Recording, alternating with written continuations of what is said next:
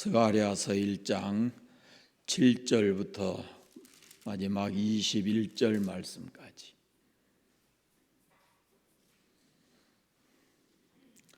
같이 읽겠습니다. 다리오 왕 제2년 11째 달 곧 스바늘 24일에 이또의 손자 베가랴의 아들 선지자 스가랴에게 여호와의 말씀이 임하니라. 내가 밤에 보니 한 사람이 붉은 말을 타고 골짜기 속 화석류 나무 사이에 섰고 그 뒤에는 붉은 말과 자줏빛 말과 백마가 있기로 내가 말하되 내 주여 이들이 무엇이니까 하니 내게 말하는 천사가 내게 이르되 이들이 무엇인지 내가 내게 보이리라 하니 화석류 나무 사이에 선 자가 대답하여 이르되 이는 여호와께서 땅에 두루 다니라고 보내신 자들이니라.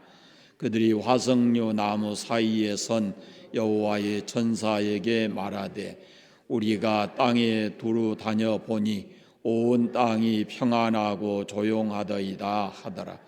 여호와께서 천사가 대답하여 이르되 만군의 여호와여 여호와께서 언제까지 예루살렘과 유다 성읍들을 불쌍히 여기지 아니하시려 하나이까. 이를 노하신 지 70년이 되었나이다 하며 여호와께서 내게 말하는 천사에게 선한 말씀 이루하는 말씀으로 대답하시더라. 내게 말하는 천사가 내게 이르되 너는 외쳐 이르기를 만군의 여호와의 말씀에 내가 예루살렘을 위하여 시온을 위하여 크게 질투하며 말일에 여러 나라들 때문에 심히 진노하나니 나는 조금 노하였거늘 그들은 힘을 내어 고난을 더하였습니다.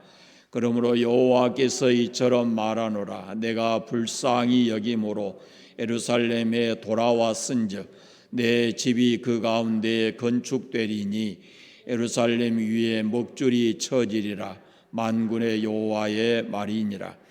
그가 다시 외쳐 이르기를 만군의 여호와의 말씀에 나의 성읍들이 넘치도록 다시 풍성할 것이라.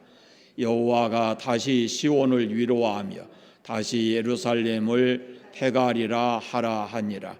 내가 눈을 들어 본즉 네 개의 뿔이 보이기로 이에 내가 말하는 천사에게 묻되 이들이 무엇이니까 하니 내게 대답하되 이들은 유다와 이스라엘과 예루살렘을 흩뜨린 뿔이니라. 그때에 여호와께서 대장장이 4명을 내게 보이시기로 내가 말하되 그들이 무엇하러 왔나이까 하니 대답하여 이르되 그 뿔들이 유다를 흩뜨려서 사람들이 능히 머리를 들지 못하게 하리니 이 대장장이들이 와서 그것들을 두렵게 하고 이전에 뿔들을 들어 유다 땅을 흩뜨린 여러 나라의 뿔들을 떨어뜨리려 하느니라 하시더라. 아멘. 구약의 이사야, 에레미야, 에스겔, 다니엘서 이 4권을 가리켜서 대선지서 그럽니다. 그리고 그 다음에 나오는 책 12권을 소선지서 그러는데 그 소선지서 가운데 스가랴서가 가장 깁니다. 14장으로 되어 있습니다. 스가랴서는 구약의 다니엘서와 신약 성경의 요한계시록과 마찬가지로 이 환상이 많은 묵시의 한 종류입니다.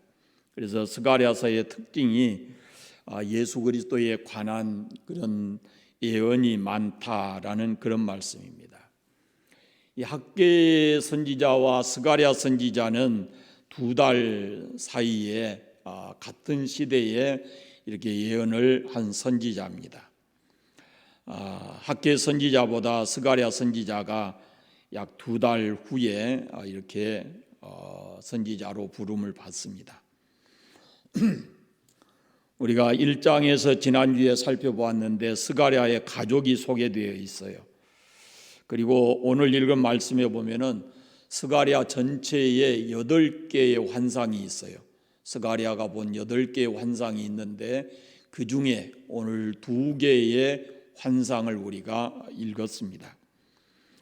다리오 왕 제2년 11월 24일에 2개의 환상이 스가랴에게 임했다라고 오늘 기록하고 있습니다. 다리오 왕 제2년은 BC 520년경이 됩니다.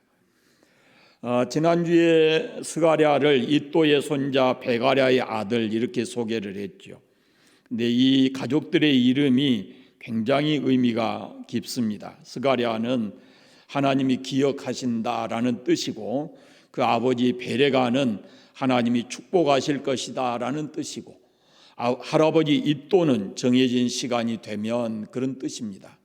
이 말씀들을 이렇게 3대의 이 이름의 의미를 합해놓고 보면 이 3대가 다 지금 어떻게 보면은 포로기에 살았던 사람들이거든요. 나라를 잃고 포로되어 갈 때 또 포로 생활을 직접 하고 이제 포로 후반에 다시 돌아오는 그런 역할을 하는 그런 상황에 있어요. 이 세 사람의 이름을 합해보면 하나님께서 자기 백성들의 어려움을 잊지 않고 기억하고 계시고, 그리고 정한 때가 되면은 반드시 하나님께서 자기 백성들을 축복하실 것이다 라는 말씀이 됩니다. 그러니까 선지자들을 통해서 이사야나 예레미야 선지자를 통해서 계속 앞에서 말씀드렸는데 70년이 지나면, 포로에서 70년이 지나면 다시 돌아온다 그랬거든요. 예레미야 선지자를 통해서 특별히 강조했고, 그런데 거짓 선지자들은 아니다, 2년 만에 돌아온다 이렇게 얘기를 했어요. 그런데 70년 동안 이 사람들이 노예로 살면서 얼마나 많은 힘들고 고통스러운 삶을 살았겠습니까?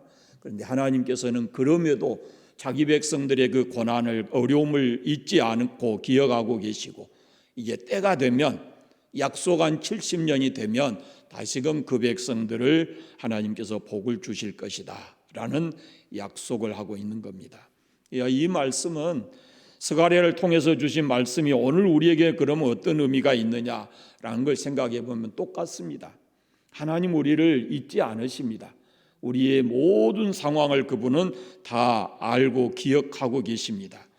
고난과 어려움과 삶의 고통을 하나님께서는 다 기억하고 계셔요. 그리고 일정한 때가 지나면 반드시 하나님께서는 우리의 삶을 회복시키시고 복을 주신다라는 겁니다. 그리고 그 고난의 때에도 하나님께서는 그 백성들에게 위로와 격려의 말씀을 주신다라는 의미를 가지고 있습니다. 자, 오늘 읽은 말씀에 2개의 환상이 있습니다. 7절부터 17절까지는 붉은 말을 탄 사람에 관한 환상입니다. 스가랴가 이것을 밤에 보았습니다. 한 사람이 붉은 말을 타고 골짜기 속 화석류 나무 사이에 서 있고, 그 뒤에 붉은 말과 자줏빛 말과 백마가 있는 것을 보았다 그럽니다. 이 화석류 나무 사이에 서 있는 붉은 말을 탄 사람이 누구냐라는 것인데, 대부분의 성서학자들이 이분을 바로 이 땅에 오실 예수다라고 해석을 합니다. 예수 그리스도를 가리킨다라는 겁니다. 그리스도께서 붉은 색의 말을 타셨다라고 기록하는데요, 성경에 보면 붉은 말은 2가지 의미를 가지고 있습니다. 하나는 요한계시록 6장에 보면은 붉은 말이 나와서 땅의 화평을 다 없애고 그리고 사망과 전쟁을 일으킨다라고 되어 있어요. 그건 마지막 심판 때에 하나님이 그 도구로 사용하시는 그런 천사를 가리키는 말이고, 스가랴서에 나오는 이 붉은 말을 탄 예수님은 바로 장차 이 세상에 오셔서 그 백성들을 속죄하기 위해서 죄의 값으로 피 흘리시는 것을 상징하는 그런 의미를 가지고 있습니다. 그러면 바로 뒤에 나오는 붉은 말과 자줏빛 말과 백마는 무엇을 가리키는가?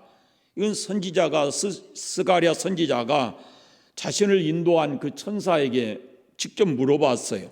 주여, 이들이 무엇이니까 하고 물어보니까 천사가 대답을 합니다. 이들이 무엇인지 내가 네게 보이리라 그럽니다. 그리고 그 다음에 보면 화석류 나무 사이에 선 자가 대답을 합니다. 이는 여호와께서 땅에 두루 다니라고 보내신 자들이니라 그럽니다. 땅에 두루 다니라고 보내신 자들, 그들이 누구냐면은 하나님이 보내신 천사들을 가리키는 말입니다. 그러니까 영적 세계에는 우리가 우리 눈으로 볼 수 없고 그러지만 거기에는 하나님 계시고 하나님이 보내신 천사도 있고 또 악한 영도 있고 마귀도 있는 것을 우리가 잊지 합니다. 눈에 보이지 않지만 실제로 존재하는 그런 것들입니다. 하나님께서 천사들을 이 세상에 파송해서 여러 가지 일들을 하게 하시는데 악한 사람들을 심판하기도 하시고 성도들을 위험에 처해 있으면 보호해 주시기도 하시고 하나님의 백성인 우리가 위험에 처할 때 천사들을 통해서 보호해 주신다라는 의미를 가지고 있고, 그리고 우리가 이 세상을 떠나게 되면, 죽음을 맞게 되면 하나님의 천사는 우리를 영원한 천국으로 인도한다라는 그런 말입니다. 천사가 하는 일은, 하나님이 보내셔서 일하게 하신 천사는 다양한 일을 그 백성들 가운데서 하는 것입니다. 1장에 하나님이 보내신 천사들을 보내서 이방 나라들을 살펴보라 하셨어요. 그러자 천사들이 살펴본 결과를 보고를 하는데 11절 말씀을 보십시오. 그들이 화석류 나무 사이에 선 여호와의 천사에게 말하되 우리가 땅에 두루 다녀보니 온 땅이 평안하고 조용하더이다 라고 보고를 합니다. 그들의 보고는 이방 나라들이 하나님의 백성들을 이렇게 노예로 끌고 가서 온갖 괴롭힘을 다하고 온갖 것으로 괴롭히고 자기들은 평안하고 조용하게 지내더라, 그런 뜻입니다. 그러니까 하나님의 백성들은 괴롭힘을 당하고 있는데 그 하나님의 백성들을 포로로 잡아가서 이렇게 죽도록 고생시키고 자기들은 평안하다 이렇게 하니까 하나님께서 그것은 참된 평안이 아니다 라고 말씀을 합니다. 14절 15절을 같이 읽어보겠습니다. 내게 말하는 천사가 내게 이르되 너는 외쳐 이르기를 만군의 여호와의 말씀에 내가 예루살렘을 위하여 시온을 위하여 크게 질투하며 안일한 여러 나라 때문에 심히 진노하나니 나는 조금만 노하였거늘 그들은 힘을 내어 고난을 더하였음이라. 안일한 여러 나라를 향해서 하나님이 진노하신다라고 말씀합니다. 하나님을 믿는 하나님의 백성들이 고난과 고통을 겪고 있는데 하나님을 믿지 않는 사람들이 잘 먹고 평안하고 아무 일도 없이 지내는 것을 보고 하나님이 질투하신다라고 말씀합니다. 질투하셔서 하나님께서 심히 노하신다 이렇게 말씀하고 있습니다. 그러니까 붉은 말을 탄 예수께서 서신 곳은 골짜기 속 화석류 나무 사이입니다. 이 화석류 나무라고 하는 것은 골짜기에 서식하는 식물인데 우리 성경에 나무라고 표현되어 있지만은 사실은 이 아주 조그마한 나무에 속합니다. 초막절이나 이스라엘 백성들이 초막절이나 또 초막절에 초막을 지을 때 이 화석류 나무 가지를 꺾어다가 이렇게 지었다고 합니다. 잎사귀가 검푸른 색이고 또 그것을 잎사귀를 부비면은 거기에서 아주 진한 달콤한 향기가 나온다 그럽니다. 이 화석류 나무 사이에 선자 그랬잖아요. 그분이 바로 예수님인데 화석류 나무는 곧 하나님의 백성들을 상징하는 그런 의미입니다. 구약 시대의 하나님의 백성은 이스라엘이죠. 오늘 우리 시대의 신약 시대의 하나님의 백성은 교회입니다. 하나님의 백성은 교만하고 화려하고 높은 데 거하는 것이 아니고 하나님의 백성은 화석류 나무처럼 낮은 곳에 있고 그 온갖 어렵고 힘든 일을 겪고도 그걸로 낭망하지 않고 으깨어져도 향기 나는 그런 존재들이다. 화석류 나무 같은 존재들이다라는 겁니다. 그래서 골짜기에 거하고 사람들의 이 사람 저 사람에 의해서 고난을 받고 짓밟혀 으깨져도 향기를 내는 사람들이 바로 하나님의 사람들, 하나님의 백성이다라는 겁니다. 요즘에는 좀 찾아보기 힘들겠지요. 옛날에 많은 순교자들은 그랬습니다.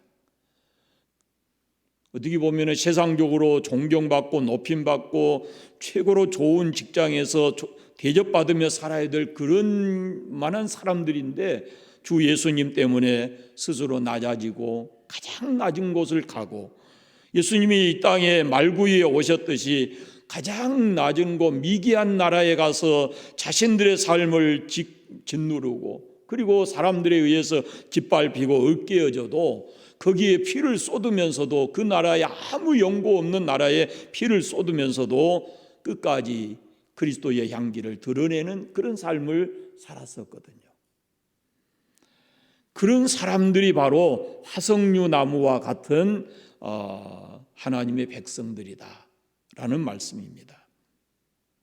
아마 요즘에는 하나님의 백성들이요 조금만 마음 상해도 감춰놓았던 가시를 발칵 끄집어내 갖고 상대방을 내찌르고 그렇게 할 거예요. 요즘에 하나님 백성들은 이 화석류 나무 같이 낮은 곳에서 자기를 낮추고 으깨어져도 향기를 드러내는 그런 삶을 살아가는 사람들이 얼마나 있을까라는 생각을 하게 되죠.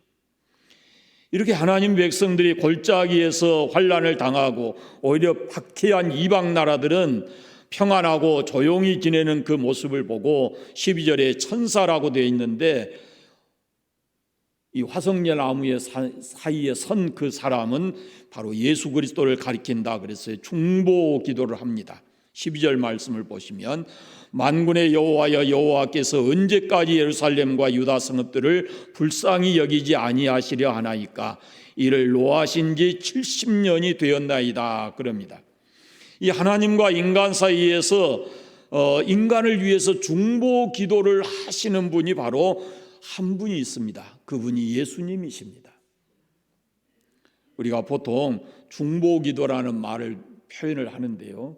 더 정확하게 말하면은 우리가 다른 사람을 위해서 하는 기도는 중보 기도라기보다는 도고 기도라고 써야 합니다. 정확한 표현은 중보 기도는 예수님께 쓸 수 있는 단어입니다. 예수님이 이런 중보 기도를 합니다. 하나님의 백성들이 고통을 받고 있는데 하나님의 백성들을 괴롭히고 핍박한 이방 나라들은 평안하고 조용하게 잘 살고 있습니다. 하나님 백성들이 70년 동안 고통을 겪고 있는데 이제 언제까지 그렇게 두시겠습니까? 위로해 주십시오 하고 중보의 기도를 하는 겁니다. 지금도 하나님 보좌 우편에 계신 예수님께서는 우리를 위해서 중보 기도를 하신 것을 믿으시기를 바랍니다.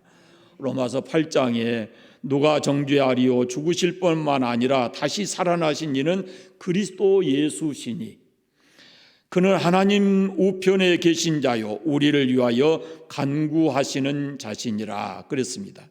나를 위해서 기도해 주는 우리 구주 예수님이 계십니다.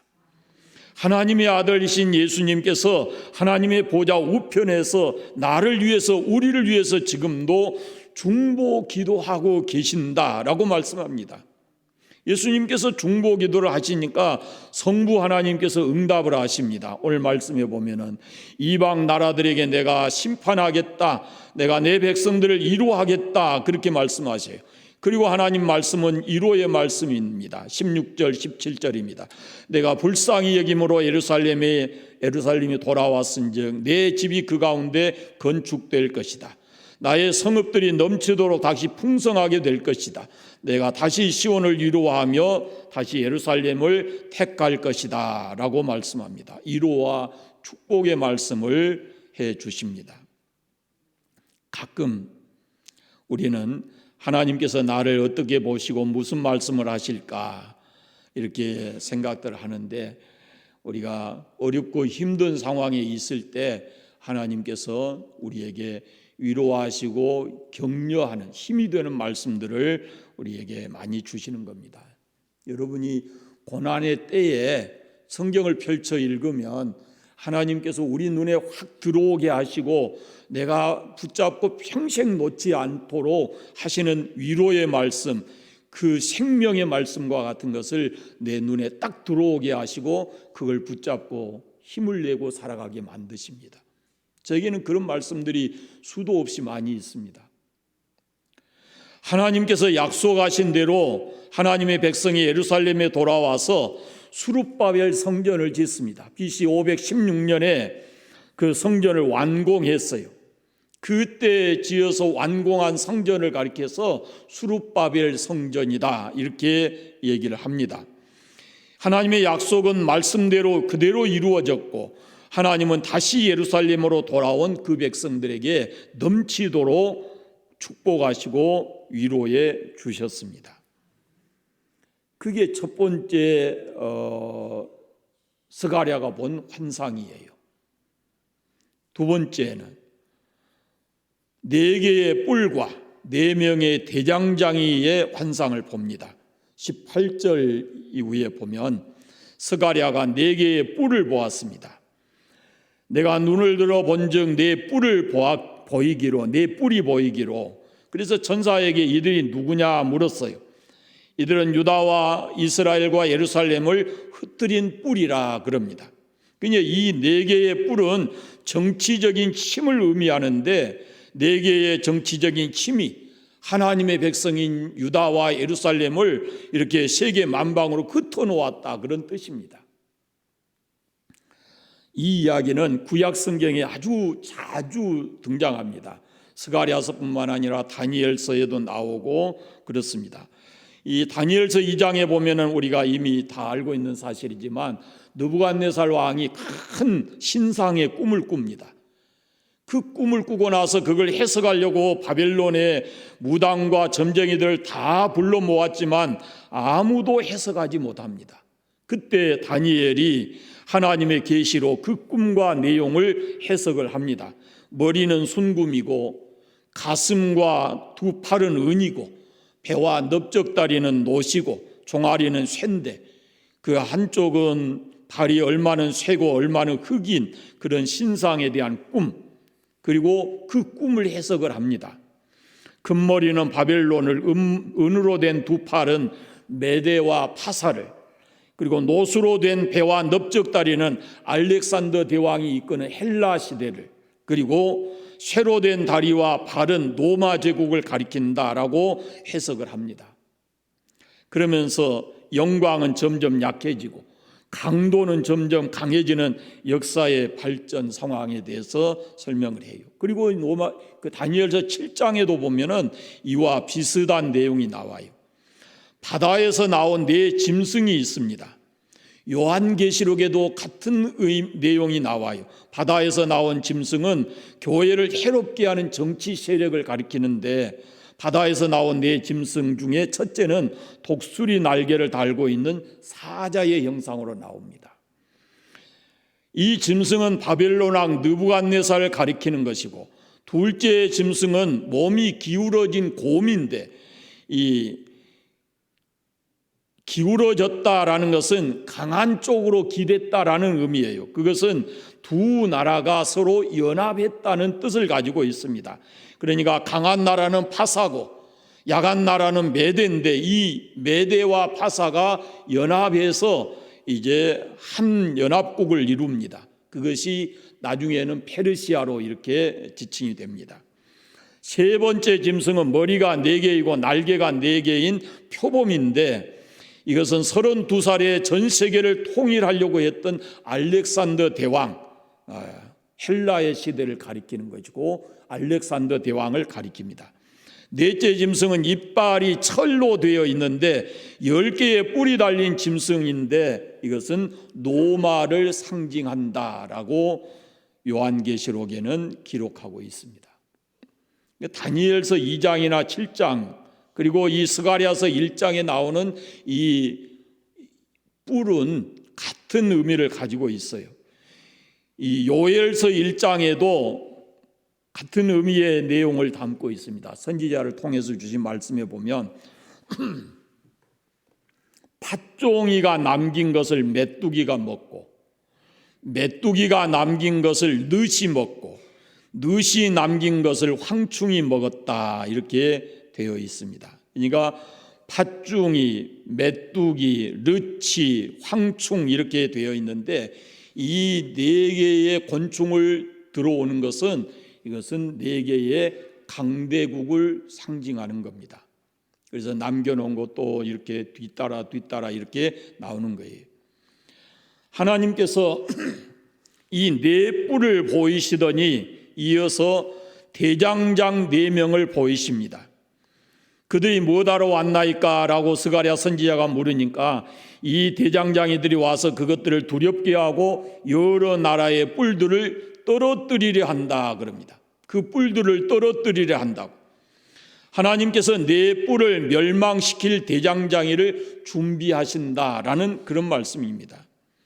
그래서 이 어마어마했던 망하지 않을 것 같은 바벨론 왕국도 망했고, 지금 바벨론 존재하지 않습니다. 페르시아도 한때 영광을 누렸지만은 메대와 파사, 페르시아도 다 망했습니다. 헬라도 역시 망했고, 로마도 모든 길이 로마로 통한다 했지만 지금은 존재하지 않습니다. 로마라는 도시만 이탈리아 안에 남아 있을 뿐입니다. 온 세계를 지배했던 이 어마어마한 왕국들이 다 망해버렸습니다. 그럼에도 불구하고 골짜기에 거하던 화석류 나무와 같았던 하나님의 백성들은 여전히 있습니다. 이 어마어마한 정치적인 힘을 가지고 하나님의 백성들을 괴롭히고 온 세계에 흐트러뜨려 놓았던 그런 정치적 권력을 가지고 있던 나라와 사람들은 다 없어졌지만, 거기에서 짓밟히고 힘들어하던 하나님 백성들은 지금도 온 세계 안에 산을 이루고 하나님을 예배하고 교회를 세워나가면서 존재하고 있다라는 겁니다. 하나님의 백성들은 세상에 살면서 모든 사람들이 다 영광받고 존귀함을 입은 거 아니에요. 모든 시대에 우리가 보면은 사람들, 하나님의 사람들이 박해받고 멸시받고, 그러면서도 신앙을 지키고, 그러면서도 자기를 으깨어가지고 향기를 드러내는 그런 삶을 살았었어요. 요한계시록을 봐도요, 7 금 촛대 사이에 거하시는 이가 나와 있고, 그리고 스가랴서 우리가 지금 봤지만은 화석류 나무 사이에 서 계신 분이 계세요. 그분이 바로 우리를 구원하신 예수 그리스도이십니다. 요한계시록 1장에 7 급조대 사이는 교회를 가리키는 말인데, 그 교회 사이에 바로 구원자 예수님이 계십니다. 지금도 예수님께서는 교회인 그 백성들 사이에 계셔요. 그걸 우리가 믿어야 합니다. 우리 눈에 보이지 않지만 지금 우리가 하나님의 백성인 우리가 여기 모여서 예배하는 이곳에 바로 우리를 구원하신 그분이 오셔서 우리와 함께 계신다라는 말씀입니다. 여러분의 삶의 연장이 세상 사람들이 올 때 얼마나 사망의 음침한 골짜기와 같은 곳에 있을지라도 주께서는 거기에 바로 그곳에 계십니다. 하나님의 백성들이 있는 곳에는 언제나 우리를 구원하신 그분이 함께 계신다라는 겁니다. 우리가 푸른 초장에 있을 때만 그분이 우리의 목자 아닙니다. 우리가 사망의 음침한 골짜기에 있어도 그분은 우리의 목자이시고, 우리가 아파할 때 같이 그곳에 계시는 분이 바로 주님이십니다. 따라서 예수 그리스도는 우리 지금도 하나님의 우편에 계시면서 우리를 위해서 중보기도 하시지만 더 가까이는 우리의 모든 형편과 처지를 아시는 그분이 내가 서 있는 그곳에, 내가 있는 그 음침한 사망이 음침한 골짜기에 그곳이 함께 있으면서 우리를 아시고 기억하시고, 그리고 위로와 격려와 이런 말씀들을 우리에게 해주고 계신다라는 말씀입니다. 여러분, 하나님의 백성은 화석류 나무와 같은 존재입니다. 낮은 곳에 은혜를 깨달으면 깨달을수록 겸손해지고, 은혜 안에 들어가면 들어갈수록 더 예수님처럼 낮아지고, 그리고 세상에서 사람들로부터 짓밟히고 힘든 일을 당해도 그런 가운데서도 삶을 통해서 예수 그리스도의 향기를 드러내면서 살아가는 것이 바로 하나님의 백성들의 삶입니다. 교회를 핍박하는 악인들이 평안하게 지내고 우리를 조롱해도 하나님은 우리에게 위로하시고 힘을 주시면서, 그리고 장차는 반드시 때가 되면은 이 모든 것을 뒤집어서 역전되게 하시고, 그리고 우리를 힘들게 했던 그 뿔들을 다 뽑아서 그들을 힘없게 만드실 때가 반드시 온다라고 하는 것입니다. 어떤 권세를 가졌든지 하나님의 교회, 하나님의 백성들을 괴롭힌 자는 마침내는 하나님이 그들을 심판하신다라는 것입니다. 하나님의 백성들 이스라엘에게 있어서 이때 당시에는 하나님의 백성인 이스라엘에게, 유다 백성에게 아수르나 바벨론이나 그리고 페르시아나 애굽 같은 나라가 바로 이 이스라엘 백성들을 힘들고 괴롭게 했던 나라들이에요. 그러면 오늘 하나님의 백성인 우리, 하나님의 교회인 우리는 우리의 삶을 방해하고 우리를 힘들게 하는 뿔, 권세들은 무엇이겠는가라는 겁니다. 여러분, 신앙생활하면서 무엇이 힘듭니까? 여러분의 삶을 무엇이 힘들게 하고 이렇게 고통스럽게 만듭니까? 저는 오늘 현대인들은 이런 정치적 세력으로 인해서 신앙생활을 못한다, 이런 것은 별로 없을 것 같고요. 스스로 모든 사람들에게는 똑같다, 이런 생각이 들어요. 하나는 세속적인 생각이에요. 우리의 생각이 오늘 현대 하나님 백성인 그리스도인이라는 사람들의 생각이 세속적이에요. 그리고 세상에서 성공적인, 출세지향적인 어떤 가치관을 가지고 있어요. 이 세상에서. 그리고 어떤 유혹, 물질과 성적 유혹, 그리고 도덕적인 타락, 이런 것들이 우리의 삶을 방해하고 우리를 짓누르고 있는 그런 세력입니다. 힘입니다. 그럼 우리를 이런 것들로부터 우리를 이겨낼 수 있게 만드는 대장장이는 무엇이냐, 그 말이죠.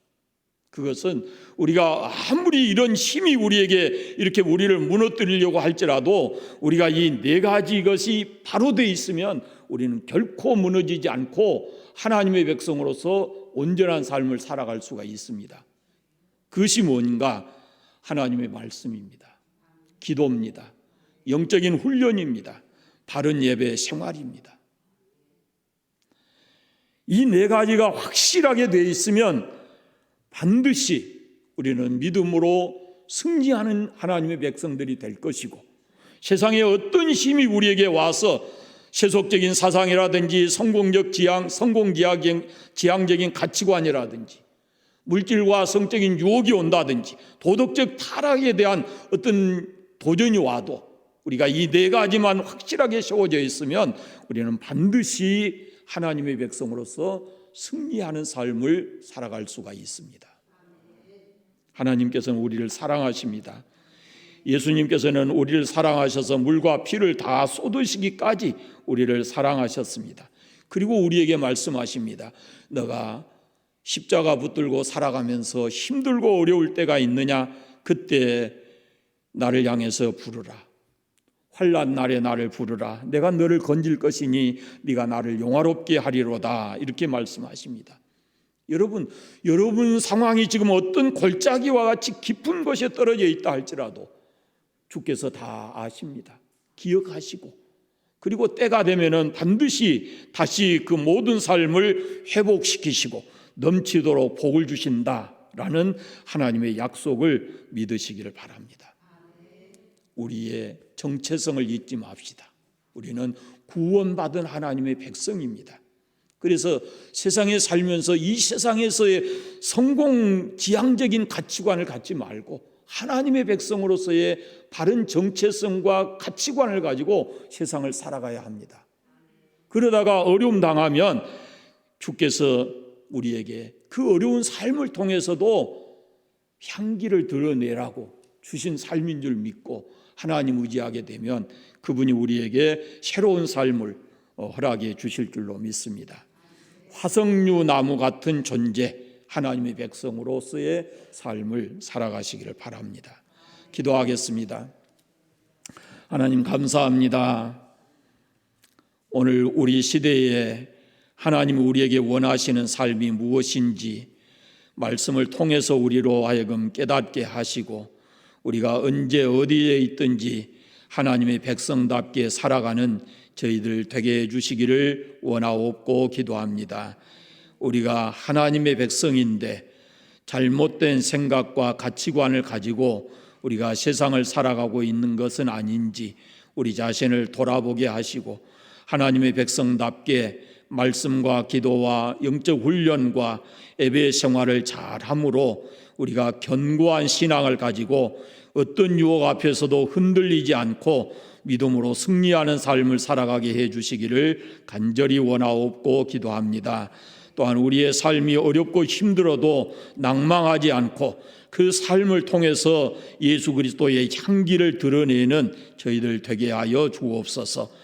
우리를 위해서 기도하고 계시고 우리의 모든 형편과 처지를 아시는 아버지께서 때가 되면 다시 우리를 회복시키시고 우리에게 넘치도록 복을 내려주실 줄로 믿습니다. 주님의 그 약속을 붙들고 믿음으로 승리하는 삶을 살게 하여 주옵소서. 예수님의 이름으로 기도드립니다. 아멘.